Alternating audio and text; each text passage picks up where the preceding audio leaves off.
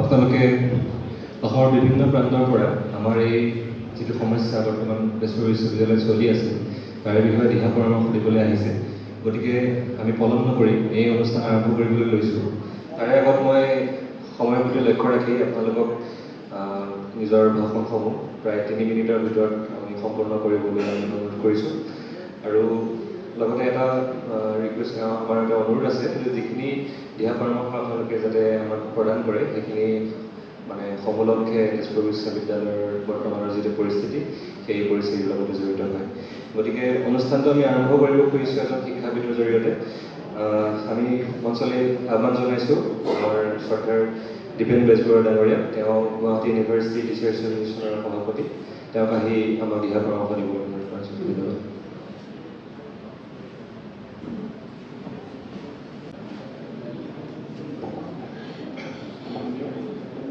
আজিৰ সভাত উপস্থিত বিশিষ্ট ব্যক্তিসকল, তেজপুৰ বিশ্ববিদ্যালয়ৰ শিক্ষক, ছাত্ৰ ছাত্ৰী, কৰ্মচাৰী আৰু অন্যান্য আমাৰ নাগৰিকসকল।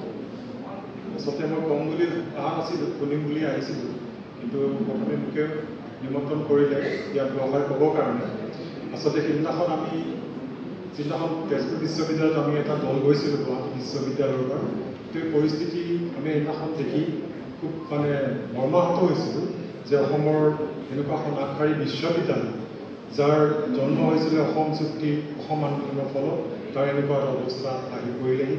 বিভিন্ন বিদ্যায়তনিক কামত আমি তেজপুৰ বিশ্ববিদ্যালয়ত জড়িত আছিলোঁ, কিন্তু আজি অলপ দিনৰ পৰা দেখিছোঁ তেজপুৰ বিশ্ববিদ্যালয়ৰ বিদ্যায়তনিক কামখিনিৰ লগত আমি কিবা প্ৰকাৰে আমি যিবিলাকে ইমানখিনি আছিলোঁ কিবা প্ৰকাৰে আমি আঁতৰি গৈছোঁ।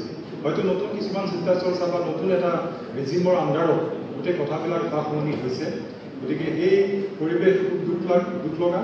আৰু আজি ইয়াত যিহেতু কৈছে, মই সেইদিনাখনো কৈছিলোঁ কথাটো যে এই গোটেই ব্যৱস্থাটোৱে গোটেই আমাৰ কেন্দ্ৰীয় বিশ্ববিদ্যালয় হওক বা ৰাজ্যিক বিশ্ববিদ্যালয়, বিশেষকৈ কেন্দ্ৰীয় বিশ্ববিদ্যালয়সমূহৰ ওপৰত যি এটা কেন্দ্ৰীভূত প্ৰশাসনিক ব্যৱস্থা দিল্লীৰ পৰা জাপি দিয়া হৈছে, তাত যিটো সিদ্ধান্ত আগতে বিভিন্ন ইনষ্টিটিউশ্যনে কৰিছিলে বিশ্ববিদ্যালয়ৰ ক্ষেত্ৰত, একাডেমিক কাউন্সিলে হওক বা এক্সিকিউটিভ কাউন্সিলে হওক, এই সিদ্ধান্তবোৰ আজিকালি ওপৰৰ পৰা জাপি দিয়া হৈছে।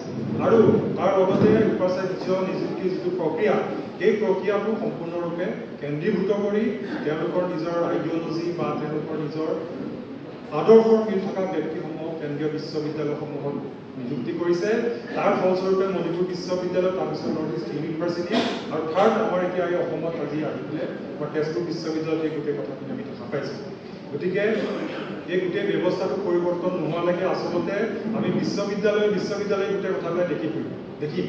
এতিয়া আমি গুৱাহাটী বিশ্ববিদ্যালয় বা ডিব্ৰুগড় বিশ্ববিদ্যালয় কিছু পৰিমাণে অলপ এই কেন্দ্ৰীভূত হেৰিটো অলপ কম, কিয়নো আমি ৰাজ্যিক বিশ্ববিদ্যালয়, আমাৰ দৌৰটো দিছপুৰতে শেষ। কিন্তু কেন্দ্ৰীয় বিশ্ববিদ্যালয় যিহেতু দিল্লীত গোটেই কথাবিলাক হয়, সিদ্ধান্তবোৰ হয়, গতিকে তাৰ কাৰণে যিখন সংগ্ৰাম সেইখন অতি দীঘলীয়া হয়। আৰু মণিপুৰৰ ক্ষেত্ৰত এই কথাটো অলপমান সহজ হৈছিলে, কিন্তু তাৰ যিজন চিফ মিনিষ্টাৰ আছিলে বীৰেন সিং, সেই সময়ত তেখেত নিজে গৈ কেন্দ্ৰীয় মন্ত্ৰীৰ লগত যোগাযোগ কৰি এই কথাখিনি তেওঁ সমাধান কৰিছিলে, যাৰ বাবে তাত কিছু পৰিমাণে দেৰিকৈ হ'লেও সমাধান হ'ল।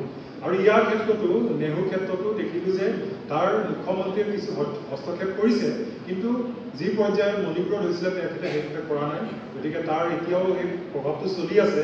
এতিয়াও তাৰ ভাইচ চেঞ্চেলৰে আমাৰ গুৱাহাটীৰ তেখেত ইয়াত গেষ্ট হাউচত থাকি পেলাই গোটেই কামটো চলাই আছে এই বিশ্ববিদ্যালয়খনৰ নেহৰু। কিন্তু তেজপুৰৰ ক্ষেত্ৰতো গোটেই কাৰবাৰটো বেলেগ ধৰণে হ'ল। এতিয়া বিশ্ববিদ্যালয়ৰ ভাইচ চেঞ্চেলৰ নায়েই।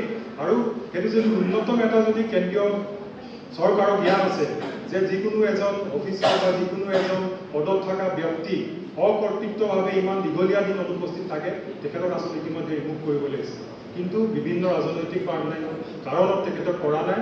গতিকে এই কথাটো আমি সকলোৱে একেলগে সমস্বৰে এটা বাৰ্তা দিব লাগে যে সোনকালে তেখেতক এই পদৰ পৰা আঁতৰাই ইয়াত এজন নতুন ভাইচ চেঞ্চেলৰ, চিনিয়ৰ মোষ্ট প্ৰফেচাৰ এছপাৰে নিযুক্তি দি পেলাই আৰু পৰৱৰ্তী সময়ত এই প্ৰক্ৰিয়াটো নতুন এজন ভাইচ চেঞ্চেলৰ প্ৰক্ৰিয়াটো আৰম্ভ কৰিব। আৰু তেতিয়ালৈকে মই ভাবোঁ এই সংগ্ৰাম দীঘলীয়া হ'ব। পৰীক্ষা আৰু অন্যান্য একাডেমিক কাম কাজ আছে, ছাত্ৰ ছাত্ৰী শিক্ষকসকলে একাডেমিক কামখিনি চলাই দিব লাগিব, আৰু তাৰ লগতে সংগ্ৰাম বা তাৰ লগতে আন্দোলন চলি থাকিব। কিন্তু সহজে এইটো যে শেষ হ'ব মই নাভাবোঁ, অলপ দীৰ্ঘম্যাদী হ'ব বুলি মই ভাবোঁ। আৰু দ্বিতীয়তে যিটো আমাৰ বিভিন্ন বিশ্ববিদ্যালয়ৰ যিবিলাক নিয়ম যিবিলাক সৰু সুৰা কাম থাকে, যিবিলাক দৈনন্দিন কাম থাকে, সেইবিলাক যিজন এক্টিং ভাইচ চেঞ্চেলৰ এতিয়া যদিও এজন কৰিছে অফিচত, কিন্তু তাৰ বাবে কোনো ধৰণৰ কেন্দ্ৰীয় চৰকাৰে কোনো ধৰণৰ এতিয়ালৈকে নটিফিকেশ্যন দিয়া নাই। গতিকে তেওঁলোকে হয়তো এনেকৈ চলাই নিব পাৰিব, এটা সময় লাগে, কিন্তু পৰৱৰ্তী সময়ত কিছু কঠিনতা আহিব পাৰে। তাৰ বাবেও মই ভাবোঁ ছাত্ৰ ছাত্ৰী, শিক্ষক সমাজ আৰু কৰ্মচাৰীসকল সাজু হৈ থাকিব লাগিব। আৰু লগতে আমাৰ যিসকল ইয়াত নাগৰিক আৰু যি বিভিন্ন দল সংগঠনৰ যিসকল ব্যক্তি উপস্থিত হৈছে, তেওঁলোকেও একেস্বৰে এই গোটেই কথাখিনি এখন দীঘলীয়া মেমৰাণ্ডাম যোগেদি হয়তো স্বাক্ষৰ কৰিব পাৰোঁ আমি সকলোৱে, ইয়াত বহি থকা লোকসকলে বা অন্যান্য লোক যিসকল আছে। গতিকে কেন্দ্ৰীয় চৰকাৰ, ৰাজ্য চৰকাৰ আৰু বিভিন্ন বিভাগলৈ বা সংশ্লিষ্ট বিষয়াসকললৈ ইয়াৰ প্ৰতিলিপি পঠোৱাটো উচিত বুলি মই ভাবোঁ।